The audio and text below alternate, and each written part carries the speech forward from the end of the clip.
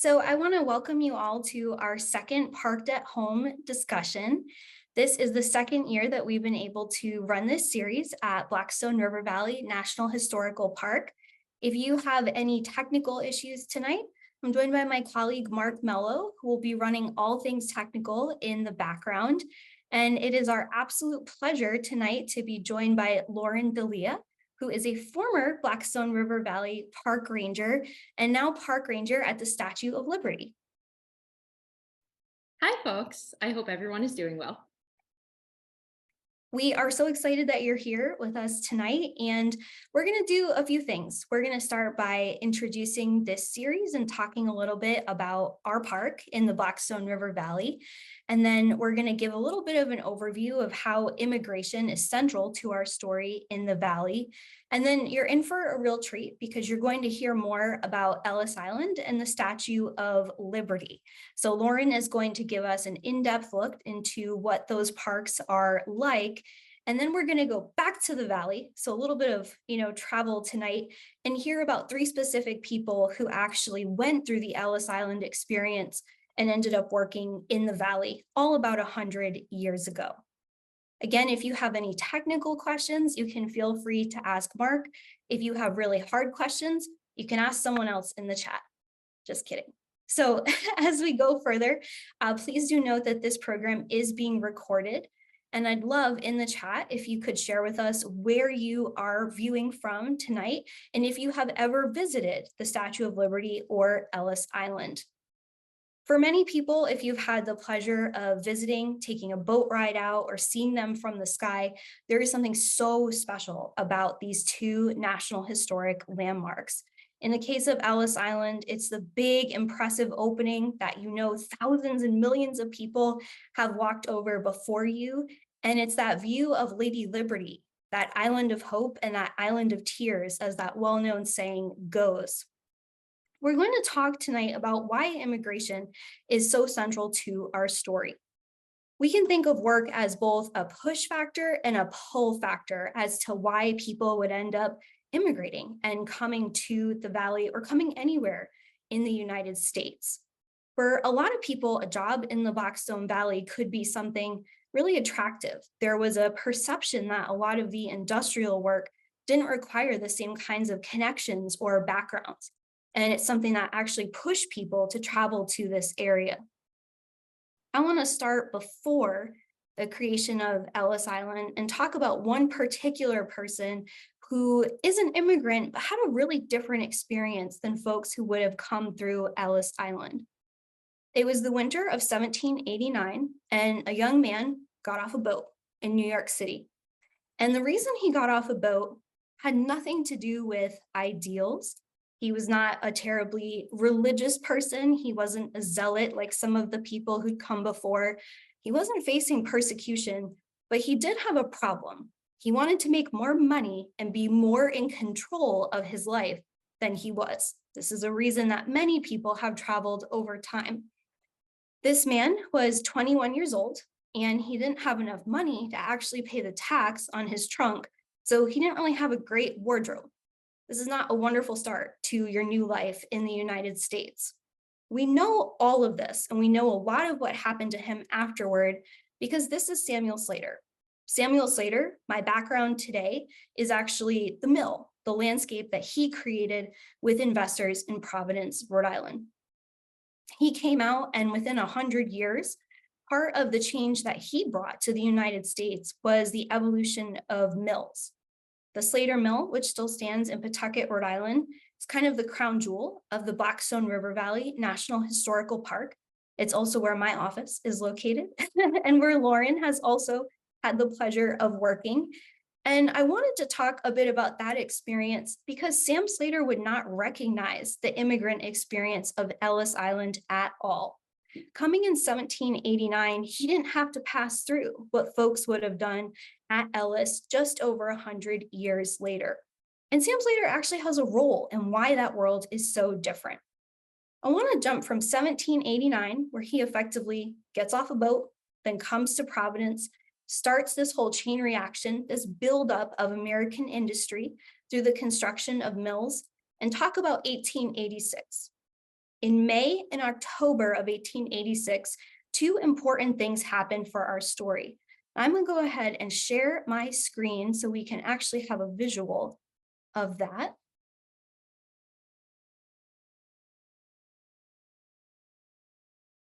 So from the time that Sam Slater arrives to the late 19th century, we have this huge buildup of American industry. And what started with Slater's experiment really turns the United States into this industrial superpower. There's lots more people coming for work. By 1886, this was starting to become a country where people recognized that immigration was a huge part of our American story, a huge part of our tapestry. And a gift is given to the United States in the form of Lady Liberty on the left. But just a few months before this is actually unveiled in October of that year, there is a really traumatic event that is going to shape how a lot of people see the United States. And that is the Haymarket Affair depicted on the right of the slide that I'm showing.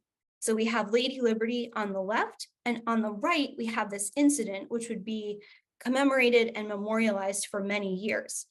What happened was a gathering of mostly immigrants, workers in Chicago, who were demanding an 8-hour workday. And as part of their protests, things got violent. There was violence between protesters and with the police in this place called Haymarket. Then a bomb goes off, and they become the Haymarket martyrs, and many immigrants will be persecuted in the wake of this event. Now, people are still thinking about this that fall when Lady Liberty is unveiled.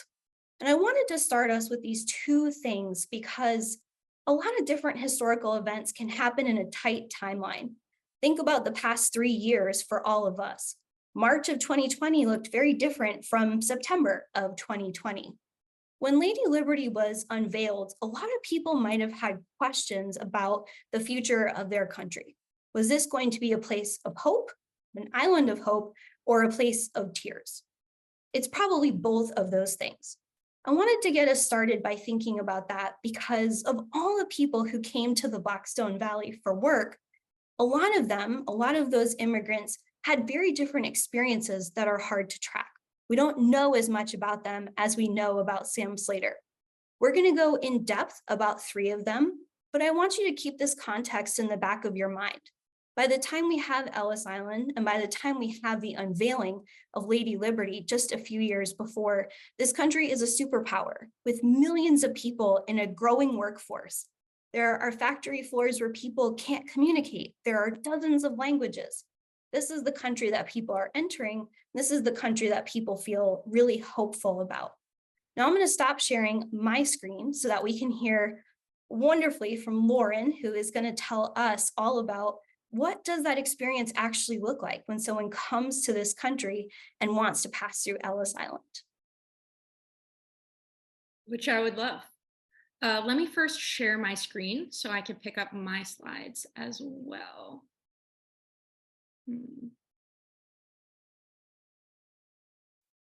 Alrighty.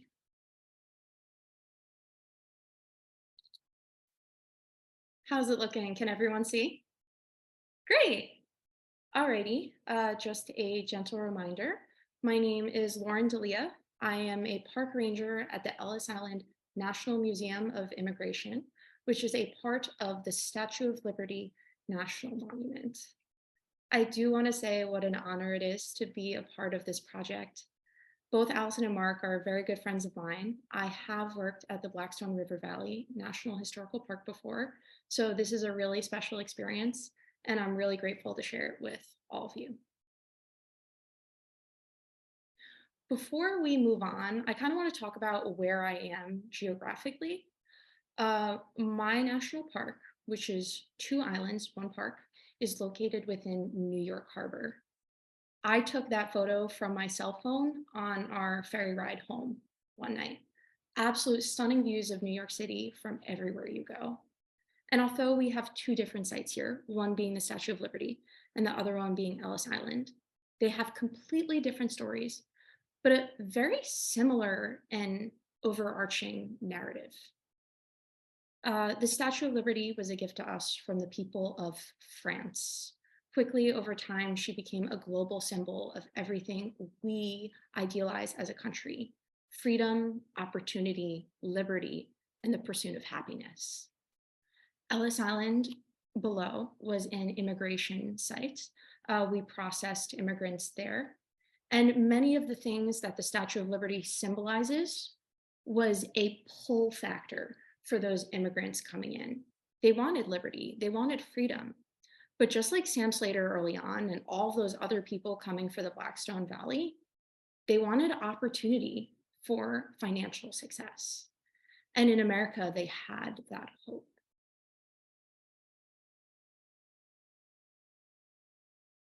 Just a quick briefing of what we have on Ellis Island specifically. This is our main immigration building, our museum, which is consisting of 3 levels of varying exhibits covering all of American immigration history. We mostly focus on Ellis Island immigration, which our time period is from 1892 to 1924. We also offer free ranger-led tours. We have a 30-minute film, which will be pinned in the comment section quite soon. And we offer hard hat tours of our main hospital complex. What I failed to mention before, which I will now, is we think of Ellis Island as one site, but really we have 3 islands which make one. So one island is what you're looking at now, our main immigration building. Islands 2 and 3 were actually hospital buildings, but we'll talk about that a little bit more later on.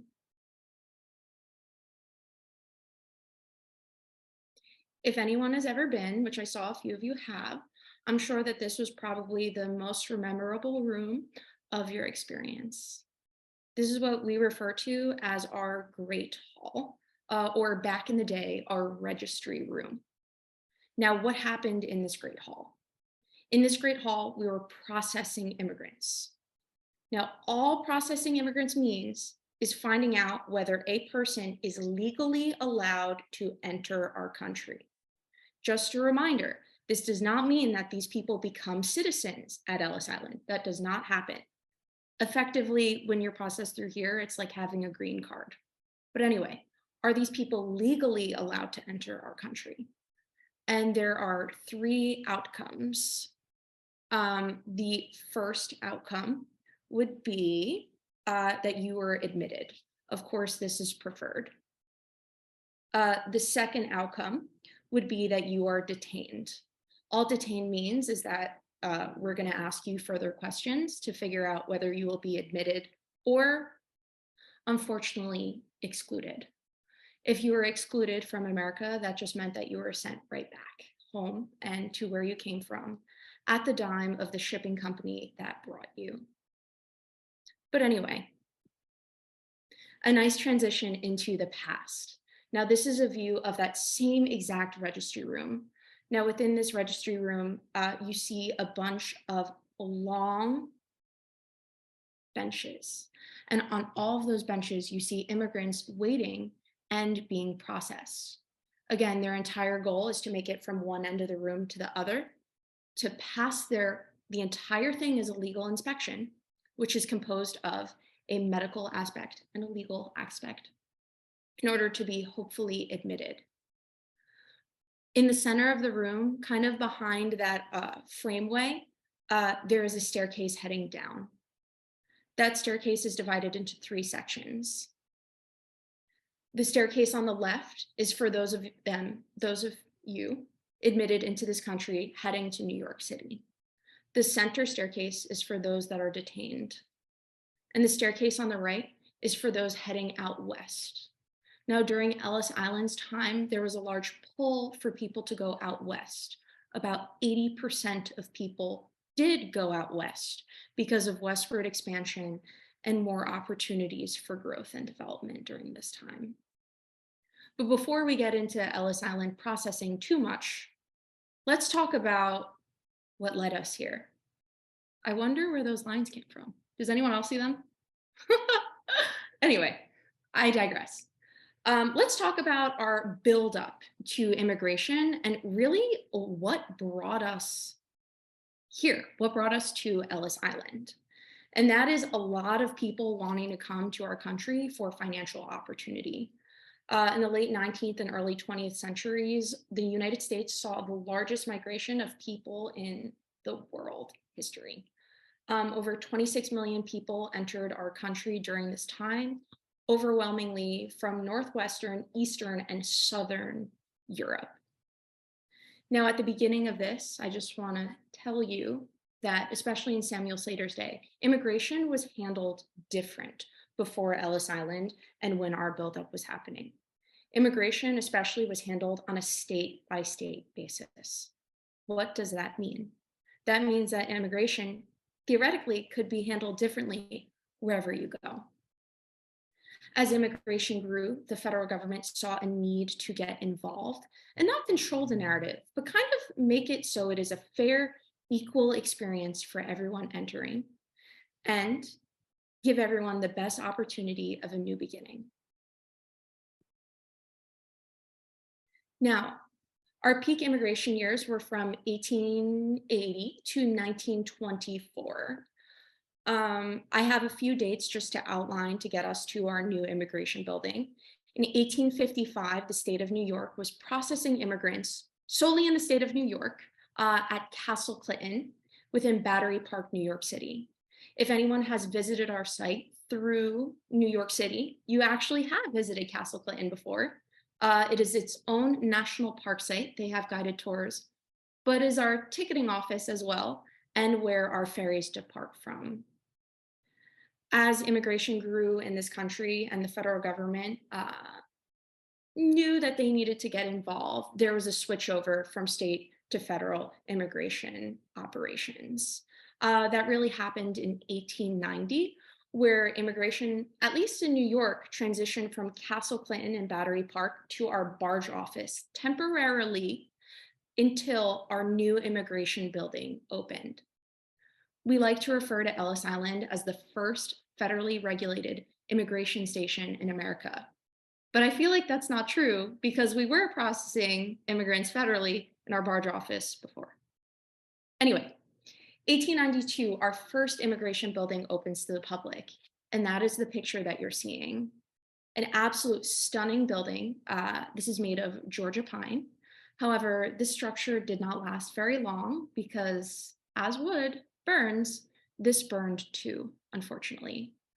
Immigration was brought back to the barge office and then back to our island once again when our new immigration building was completed in 1900, made of stone and brick. The absolute stunning structure that you saw and know if you've been.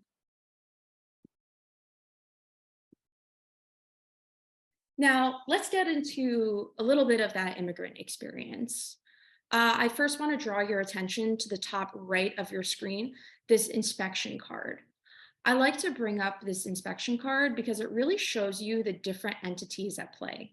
Immigration isn't just what's happening on Ellis Island, it's the entire process. And that's what's happening in the country of origin as well.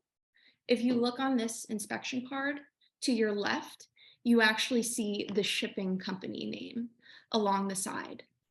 The shipping company is the first aspect of immigration that these immigrants would encounter. That's where you would purchase your tickets.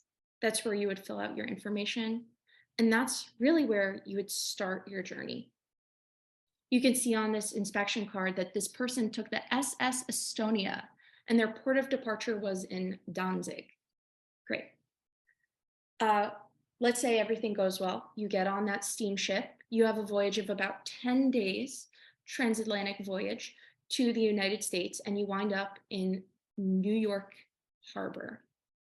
Once you're in New York Harbor, you are greeted with another facet of our immigration process, and that is the New York State health officials. Just like with COVID, right? How everything shut down and we wanted to control the spread of contagious disease, that was happening even in the early 1900s, late 1800s too. Maybe they didn't quite understand how things were spread as well, but they sure knew that they didn't want anything spread then, especially because a lot of these folks were entering New York City after the state of New York felt an obligation to protect their people from contagious diseases. So while in New York harbors, these steamships would have about a 10-day quarantine.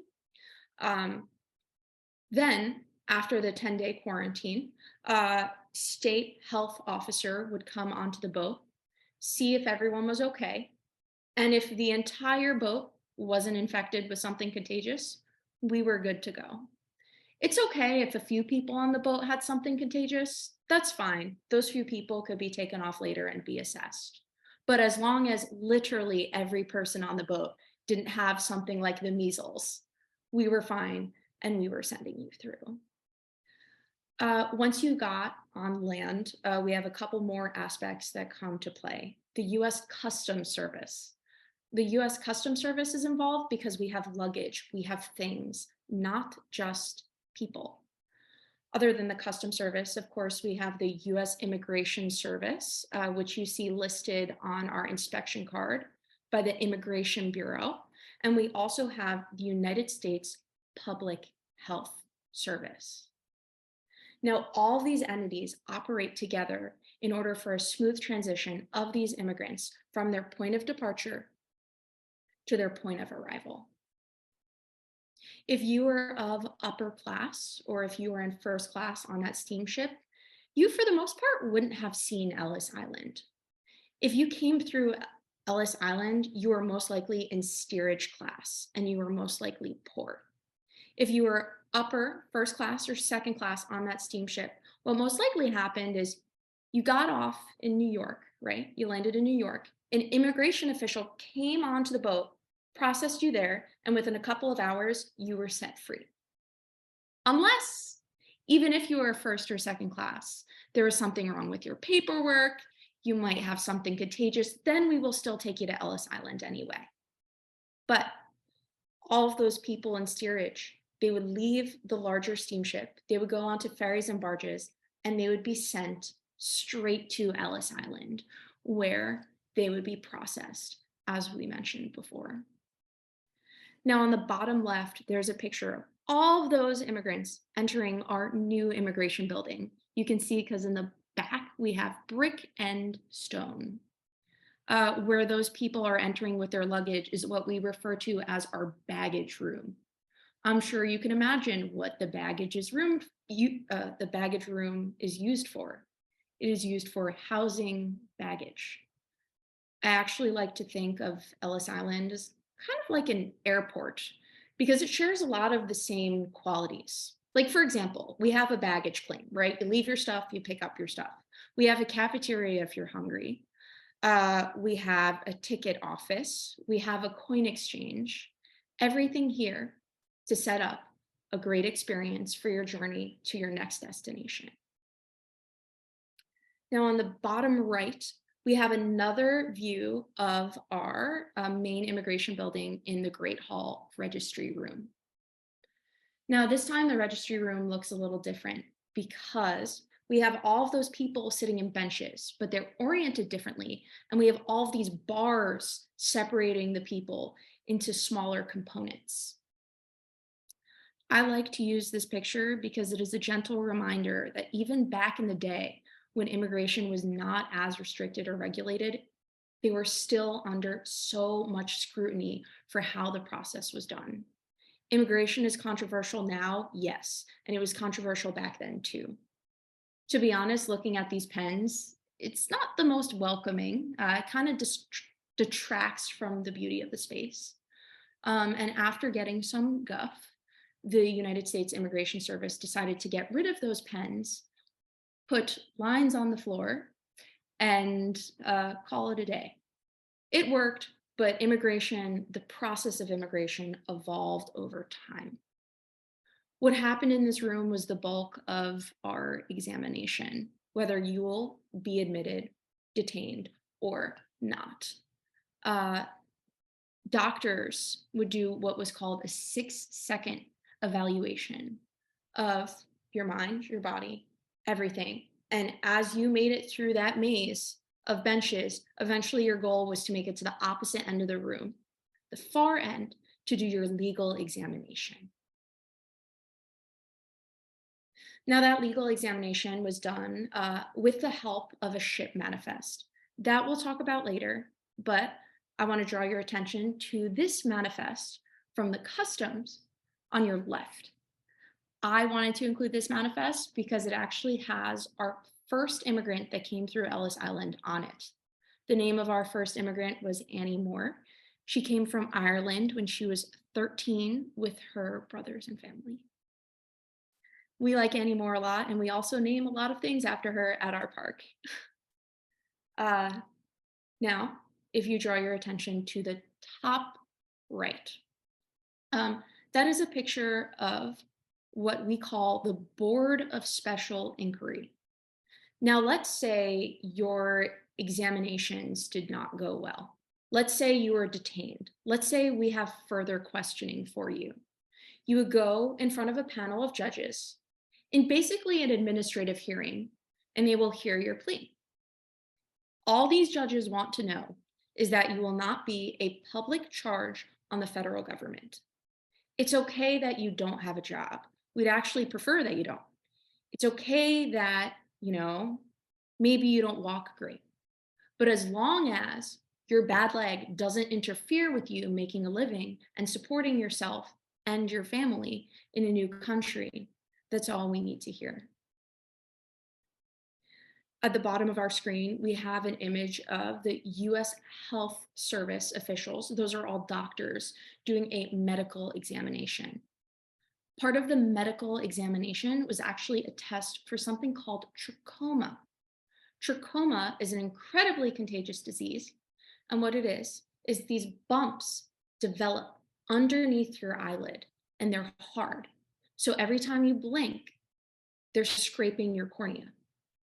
What happens is these bumps get so large that eventually your eyelashes turn in on themselves and you go blind. If you go blind, especially during this time period, it's pretty hard to support yourself. If you had something this contagious as trachoma, unfortunately, you were not admitted into this country. All in all, only 2% of immigrants that came through Ellis Island from its opening in 1892 to around its end, 1924, only 2% were excluded. 1% for legal reasons, 1% for medical reasons. Now, what I'm holding is actually called a button hook. I don't know if anyone has seen it before, but this was used to assist in the medical examination for trachoma. This contraption, whatever it is, was used to help lace shoes during the time period. I don't have any shoes that this would work for, but it was instrumental in checking the back of someone's eyelids. No, we did not hook your eye. That would be painful.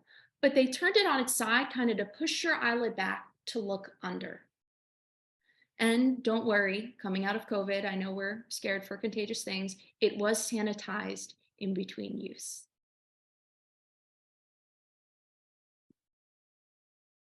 Now, this is a picture of a ship manifest. It's a little bit bigger and it's a little bit larger, so you can see it more. This manifest was a large part of our legal examination because on this manifest, there was an average of 30 questions that you would be asked. Those questions change over time, like how much money do you have on you? Who bought your ticket? Who are you? Where are you coming from? Where are you going? But also they get interesting, like, are you an anarchist?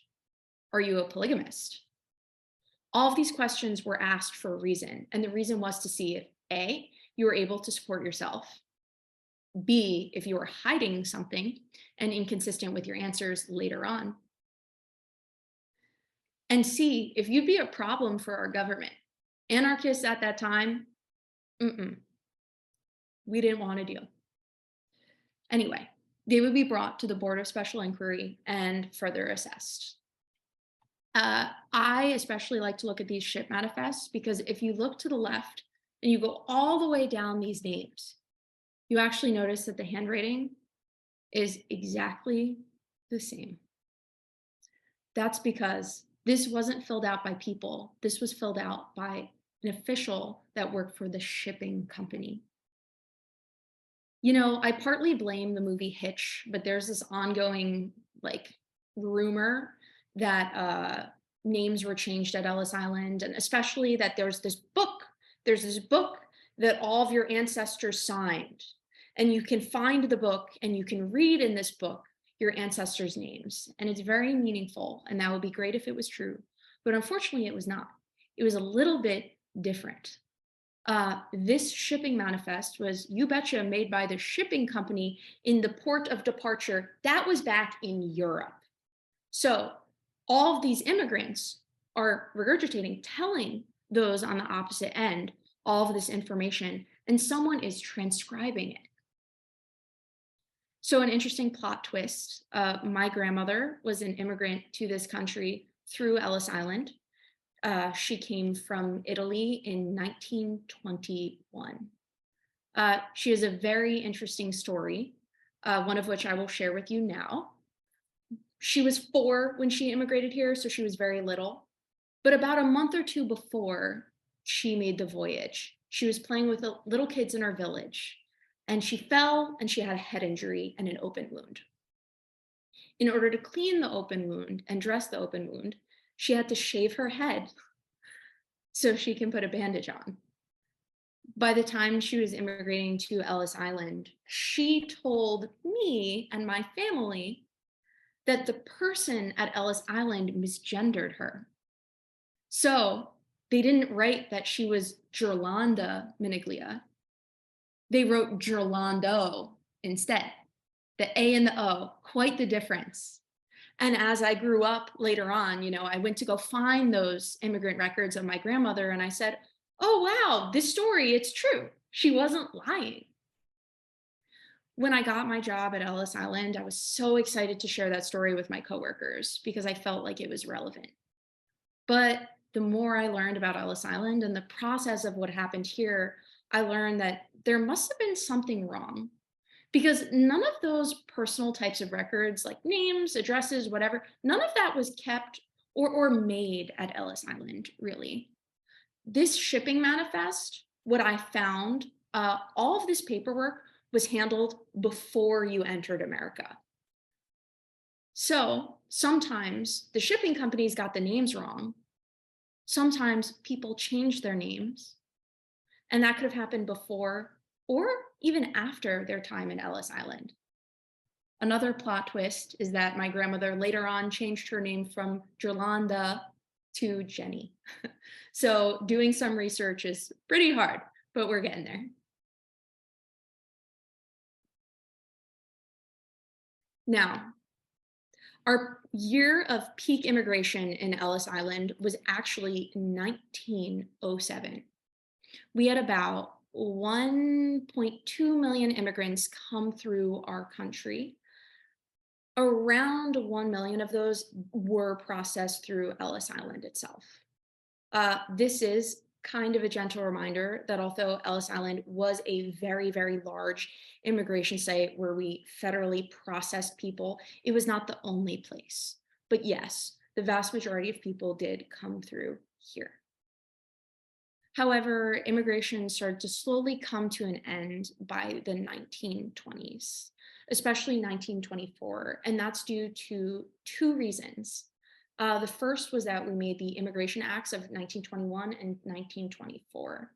Those were established on a quota system from well before our peak immigration years. What does that mean? A lot of people that were attempting to enter our country during this time could not and were excluded. So it drastically reduced our immigration. And also, something that we're familiar with today, our visa system was introduced. That is a large part of immigration that's now happening overseas and not here anymore. Overseas, it sounds great, and it's probably for the best because you have to think about how many people were excluded, not just those 2%, but much more were excluded later on. Eventually, by the end of World War II, the operations at Ellis Island became obsolete. From 1924 until our late 50s, Ellis Island kind of transitioned into a deportation site instead. Now, as a nearing end of my presentation, what kind of presentation would it be without a quote, right? Uh, I want to share with you this quote that I found in our museum on my first day working here, which I found incredibly powerful. It's by Pauline Notkoff, who is a Polish Jewish immigrant in 1917. She said, "They asked us questions. How much is 2 and 1? How much is 2 and 2?" But the next young girl, also from our city, went and they asked her, "How do you wash stairs? From the top or from the bottom?" She says, "I don't go to America to wash stairs." Now, I thought that that was incredibly powerful. And if you learn anything from this presentation, I really think that this quote right here summarizes it all. You have all of these underprivileged people coming to America for a new beginning and expecting a new beginning. But the truth of the matter is, all of these people's experiences in Ellis Island is just a blip in time. It's a blip in their story. They only spent a few hours a day, maybe weeks if they had to go to the hospital, but eventually they left.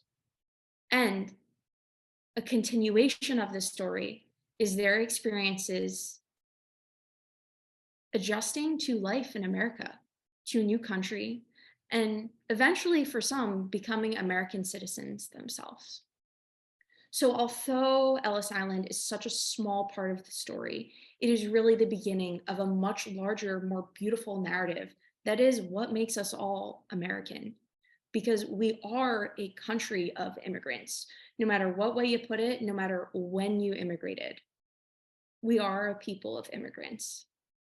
And if we can learn anything from our experience in Ellis Island, hopefully we can think a little bit more clearly about immigration then and also immigration now too. I'm going to pass the narrative over to Allison, who's going to draw those connections between the Ellis Island time period, my process here, but up to a little bit before then, when we have immigrants coming to our country from New York up to the Blackstone Valley. Folks, thank you so much for your time and attention. Lauren, thank you so much. That was wonderful. Part of our goal with this series is to give people this kind of insider's view in case they don't get to visit or have never visited a place like Ellis Island. So when we first started talking about this, I knew that we could stay really abstract and talk about immigration in the Blackstone Valley. But if we just looked at numbers, we'd end up talking about a few select places like Woonsocket, Rhode Island, right? Once a very big center of industry. Here's the problem if we talk about Woonsocket. Most people are traveling overland from Canada. They don't have a need for Ellis Island. Or if we talk about certain other communities and we talk about folks, let's say primarily coming from Portugal to start over in the United States, they're not going to Ellis Island either because they can go to New Bedford or to Providence. Providence at one time was a port that was pretty active in terms of immigration, but we wanted to find a few people that actually did the experience you're talking about. So that limited us in a few ways. We wanted to find people who were obviously late 1890s through early 1820s. And I started to think, well, where are the places that I want to kind of find people where they ended up? So I'm going to go ahead and share my screen so we can kind of talk a little bit about that. Let's see. And get back to where we were. Let's see.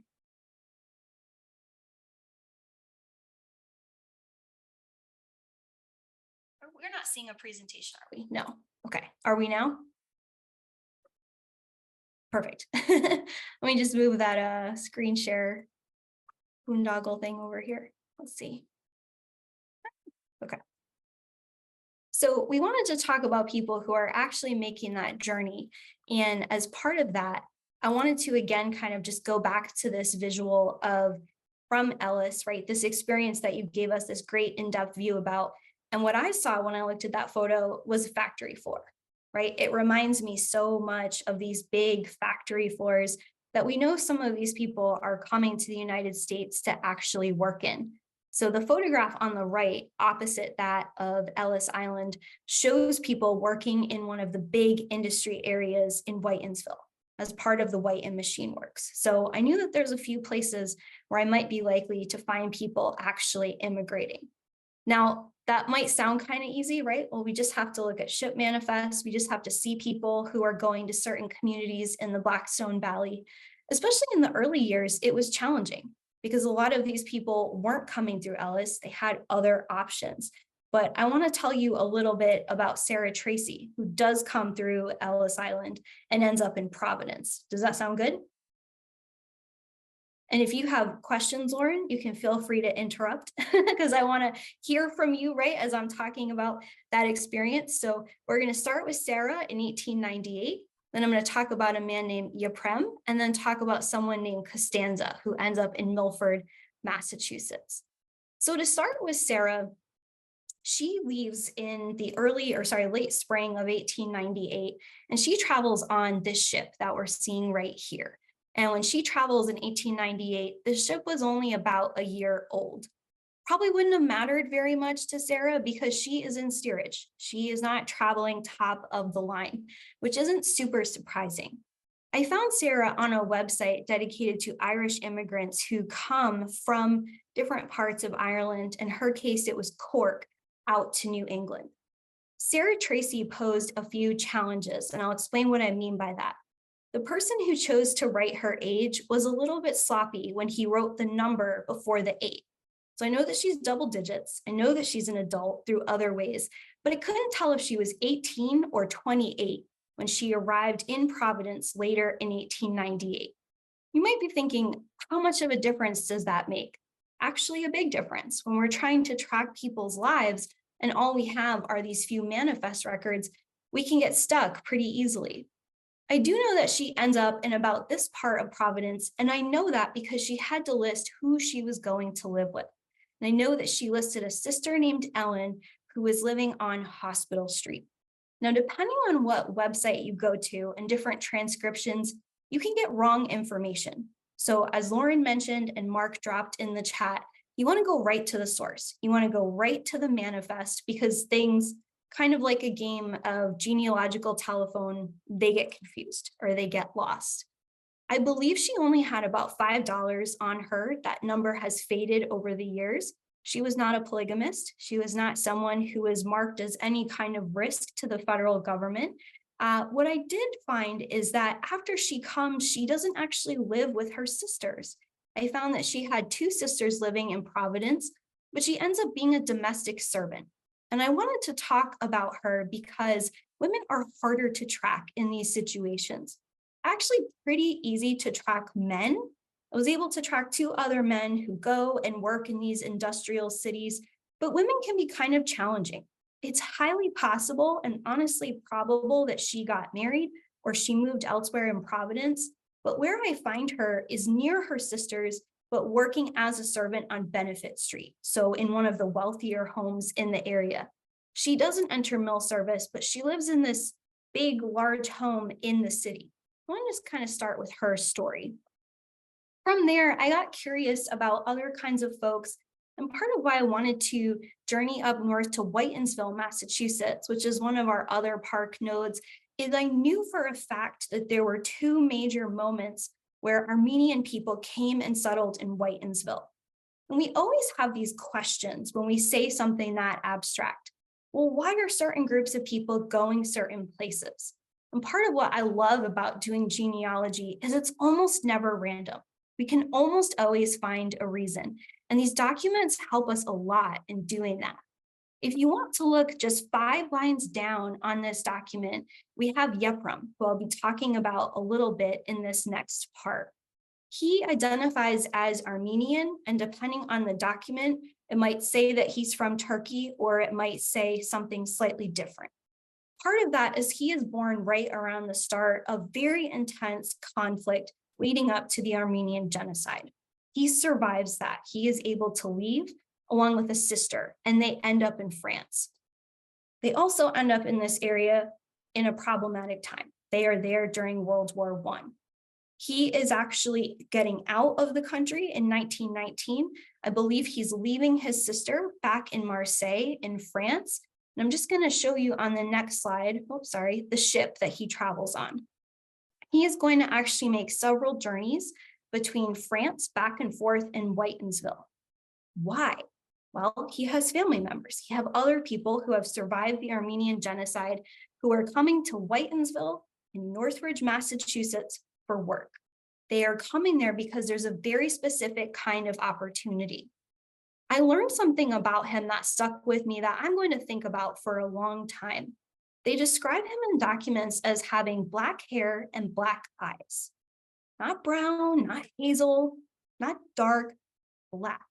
And I kept thinking about that because when Yepram comes to the United States and he's in Whitensville, he's working at the Whiten Machine Works, one of the largest producers of textile machinery in the country, but he's working in a really hot and dirty and dangerous part of that company. He's working in the foundry. This is probably a job that his uncle got him because he works there too. His aunt and uncle are identified as Harry and Lucy. I don't want to spoil this for anyone. I don't think those are the names that they were born with. I believe they are Ermine and Lucia, who are two immigrants about their age who came just before in other documents that I found. Yepram also does something really interesting, which is when he decides to become a citizen, we learn that he's actually changed his name. So to that question of people having their names changed on documents, when he takes his oath of allegiance and he says that he wants to become a citizen, he does this in the 1930s. We learned that he had actually changed his name. When he was traveling and coming and getting his name written on those manifests back in the 19-teens, he made that decision. You can see the name that he was probably born with or another name he identifies, and it's completely different. I also almost lost track of him because when his name is written on another manifest, they didn't understand what was his first name and what was his last name. They reversed the two. So thankfully, I kind of just guessed that that might have happened because I knew he was on a certain ship and we were able to find him. But we have this quick note which kind of affirms that he had chosen to change his name. Now, why do I keep thinking about this fact that on a random military record, it says he has black hair and black eyes? Well, it paints a picture, right? We kind of get this idea, but he worked in a foundry. He made things out of fire. He had a really difficult life, but he came through it. What happens in a foundry? We have this impossibly hot, difficult, dirty situation, and amazing things get forged out of it. I like to think of those black eyes as kind of special, right? He's not described the same way as everybody else. Maybe they were ebony to somebody who loved him, to that aunt and uncle who took him in when he traveled. Now, the last person I want to talk about, because I want to make sure we have some time at the end, is a man named Costanza. And he made my life really difficult because he is traveling back and forth. I wanted to talk about him because that's not unusual. Costanza fit another kind of category that we talk about a lot in the Blackstone Valley. He's a person who comes from Italy to the town of Milford to work at the Draper Corporation. And the large plant that you're seeing on the slide here is Draper's. So I first started by looking in directories and I wanted to find people who worked for Draper's. That didn't work. Why? Draper's was so pervasive, such a common job, it was simply called D Corp. So if you're searching for Draper, you're searching the wrong thing. It was so understood, you just had to find someone who worked at D Corp. And this gentleman is one of those people. Much like Yepram, he's joining family members. He's coming out here because other people that he knows already are living here. A lot of his family, other people from Italy, they are living in nearby Milford and they are working at a shoe factory.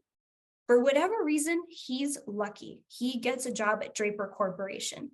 He's probably going to make more money. He's going to keep that job on and off from what I could find for about 3 decades. Just so you can picture him, he's 5'2", he has chestnut hair and chestnut eyes, according to the records, and he's 18 when he comes over. He ends up making pretty good money, and I think he was supporting his brother and his brother's children to some degree, and also taking care of his family. While he's living in the United States and he's working at the loom factory, which we know from directories is Draper's, this big plant where he would have been employed, his wife is having children in Italy. And eventually they're all going to travel over and they end up on one census record together. But that does take some time. Now I'm going to get minimized out of this to see if we have questions or have folks have other comments on that. Lauren, please go ahead.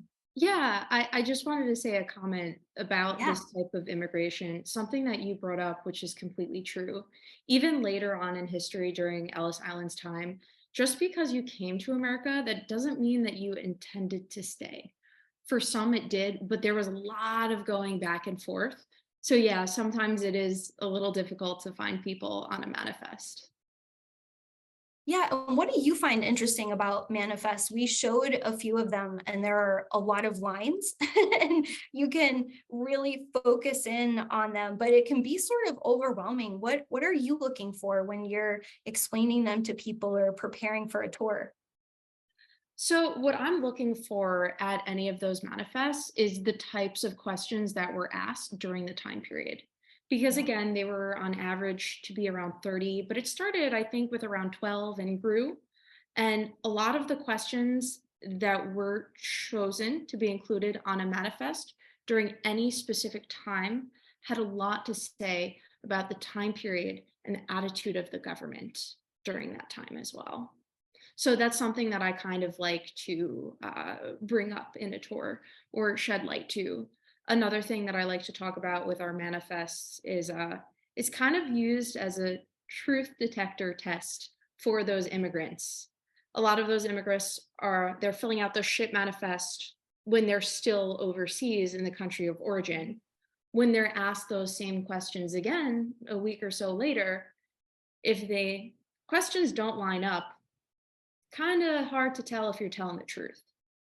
So I guess those are two things. I wonder if it was still the same even back then. I wonder too, you were talking about, I think it's so important to point out the handwriting. Census records are the same way, right? We have people who are either self-reporting or they're being asked a certain question and then other people are recording it for you. Yeah. So think of like the worst bureaucratic experience you've ever had, and then think of your whole future Uh, riding on what yeah. is written down. And part of why I really stuck with this person Yaprem Mosgivian is I wanted to figure out what was going on. And the fact that I could find his naturalization record, I knew that he chose to become a citizen because in the 1930s, when the census taker came to Whitensville, he was living with his aunt and uncle only. And one of the questions that comes up is he choosing to become a citizen? And we see in progress or in process, which means he's filed papers. So I knew those papers existed, that he made some kind of effort toward becoming naturalized and becoming a citizen. But a lot of people didn't. That, as you say, was not really their end goal. But for those who did choose to become citizens, and especially like this one, he chose to change his name, which, as I mentioned, my grandmother did too. So Yes. throughout this process, her name changed 3 times, right? Gerlanda, Gerlando, Jenny. Yeah. And I think that is a testament to a shift in culture.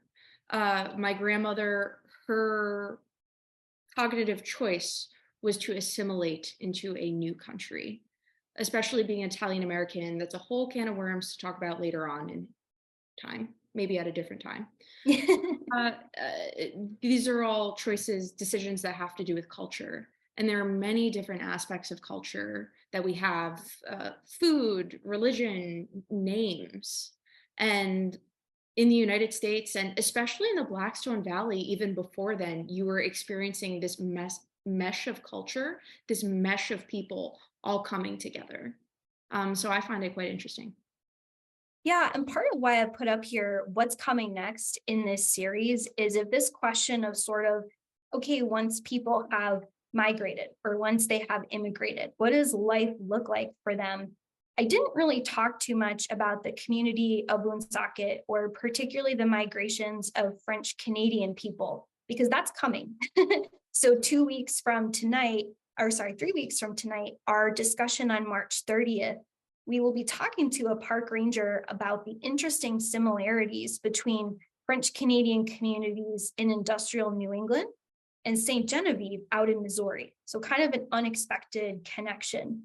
We'll also be talking the next 2 weeks about consequences of war. War tends to either disrupt immigration or be a spur toward immigration. I wasn't surprised to find that gentleman, Yaprem, on a troop ship effectively, right? So he was traveling on a ship that was coming out of France in 1919. He left 2 weeks after the Treaty of Versailles. So you have to wonder, did he know, right? Did he know that World War I was fully over? So we'll be talking about the consequences of war on those programs.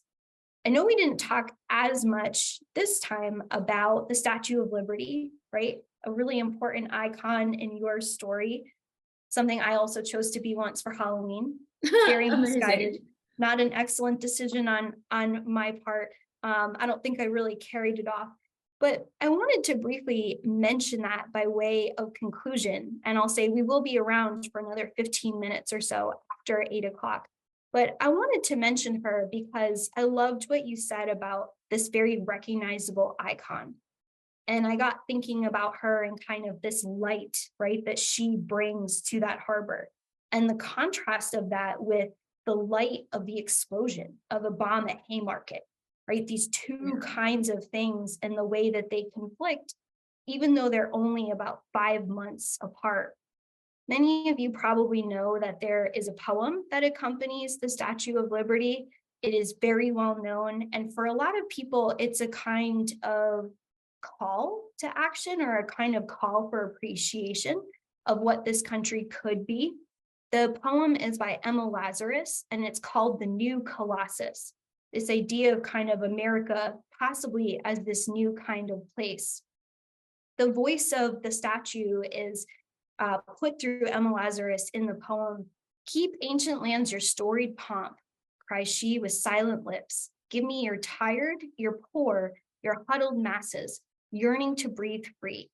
The wretched refuse of your teeming shore, send these, the homeless, tempest tossed to me. I lift my lamp beside the golden door.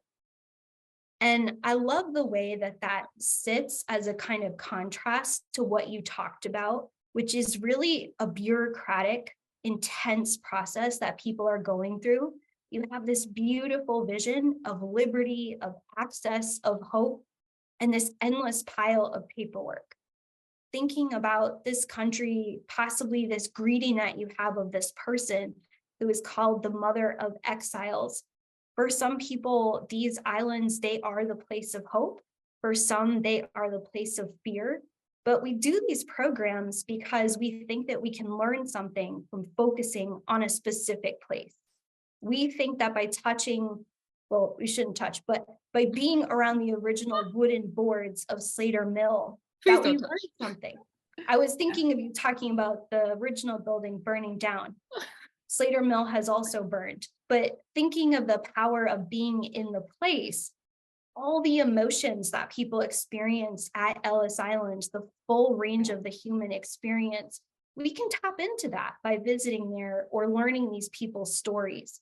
So I know Mark has been sharing links throughout the night.